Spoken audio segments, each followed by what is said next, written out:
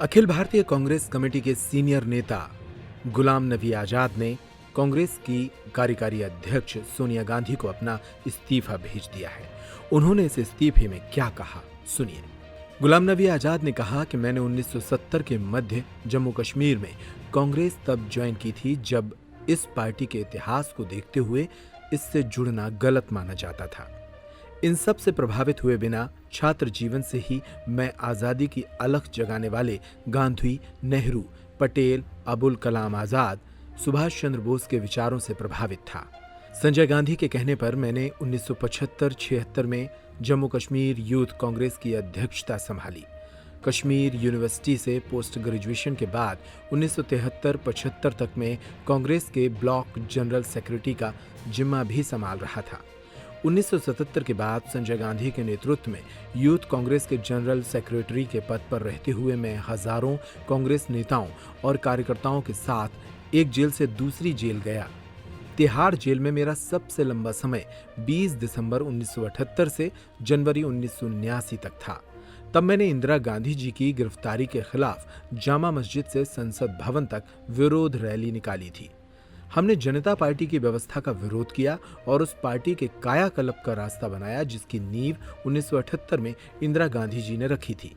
3 साल के महान संघर्ष के बाद 1980 में कांग्रेस पार्टी दोबारा सत्ता में लौटी।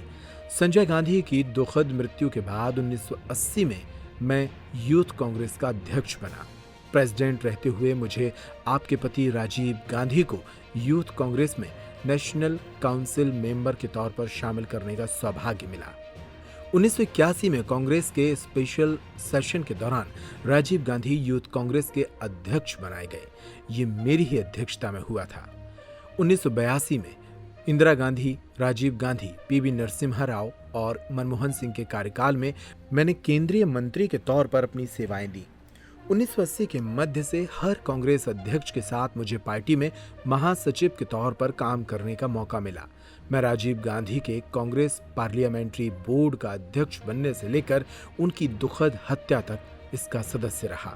इसके बाद नरसिम्हा राव के समय भी ये जिम्मेदारी तब तक संभाली जब तक अक्टूबर 1992 में उन्होंने इसे पुनर्गठित करने का फैसला नहीं किया। मैं लगातार 4 दशक तक कांग्रेस वर्किंग कमेटी का भी सदस्य रहा। 35 साल तक मैं देश के हर राज्य और केंद्र शासित प्रदेश में पार्टी का जनरल सेक्रेटरी इंचार्ज भी रहा। मैं यह बताते हुए खुश हूं कि जिन राज्यों में मैंने इंचार्ज के तौर पर काम किया उनमें से 90% में कांग्रेस जीतती रही। मैं ये सब इसलिए गिना रहा हूं ताकि इस महान संस्था में दिए गए मेरे योगदान को देख लिया जाए। राज्यसभा में मैंने लीडर ऑफ अपोजिशन के तौर पर 7 साल तक काम किया। मैंने अपनी सेहत और अपने परिवार को दांव पर रखते हुए अपने जीवन का हर लम्हा कांग्रेस की सेवा में दिया। बेशक कांग्रेस अध्यक्ष के तौर पर आपने यूपीए 1 और यूपीए 2 के गठन में शानदार काम किया।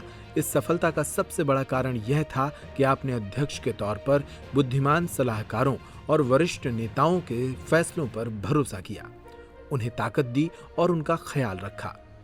दुर्भाग्य से राहुल गांधी की एंट्री और खास तौर पर जब आपने जनवरी 2013 में उन्हें उपाध्यक्ष बनाया तब राहुल ने पार्टी में चली आ रही सलाह के मैकेनिज्म को तबाह कर दिया। सभी वरिष्ठ और अनुभवी नेताओं को साइडलाइन कर दिया गया और गैर अनुभवी चापलूसों का एक नया ग्रुप बन गया जो अब पार्टी चलाने लगा है। सबसे ज्वलंत उदाहरण वह है जब राहुल गांधी ने सरकार के अध्यादेश को पूरे मीडिया के सामने टुकड़े टुकड़े कर डाला। कांग्रेस कोर ग्रुप ने ही यह अध्यादेश तैयार किया था। कैबिनेट और राष्ट्रपति ने इसे मंजूरी दी थी। इस बचकाना हरकत ने भारत के प्रधानमंत्री और राष्ट्रपति के औचित्य को खत्म कर दिया। किसी भी चीज से ज्यादा यह इकलौती हरकत 2014 में यूपीए सरकार की हार की बड़ी वजह थी।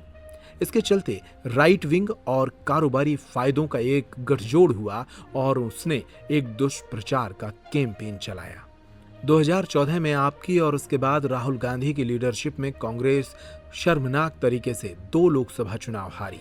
2014 से 22 के बीच हुए 49 विधानसभा चुनावों में से हम 39 चुनाव हार गए। पार्टी ने केवल 4 राज्यों के चुनाव जीते और 6 मौकों पर उसे गठबंधन में शामिल होना पड़ा। अभी कांग्रेस केवल 2 राज्यों में शासन कर रही है और 2 राज्यों में गठबंधन में उसकी भागीदारी मामूली है। राहुल गांधी ने झुंझलाहट में अध्यक्ष पद छोड़ दिया। उससे पहले उन्होंने कांग्रेस वर्किंग कमेटी में हर सीनियर नेता का अपमान किया जिसने पार्टी के लिए अपनी जिंदगी दी। तब आप अंतरिम अध्यक्ष बनी। पिछले 3 साल से आप यह जिम्मेदारी संभाल रही हैं। अभी भी बुरी बात यह है कि यूपीए सरकार की अखंडता को तबाह करने वाला रिमोट कंट्रोल सिस्टम अब कांग्रेस पर लागू हो रहा है। आप बस नाम के लिए इस पद पर बैठी हैं। सभी जरूरी फैसले राहुल गांधी ही ले रहे हैं। उससे भी बदतर यह है कि उनके सुरक्षाकर्मी और पीए ये फैसला ले रहे हैं।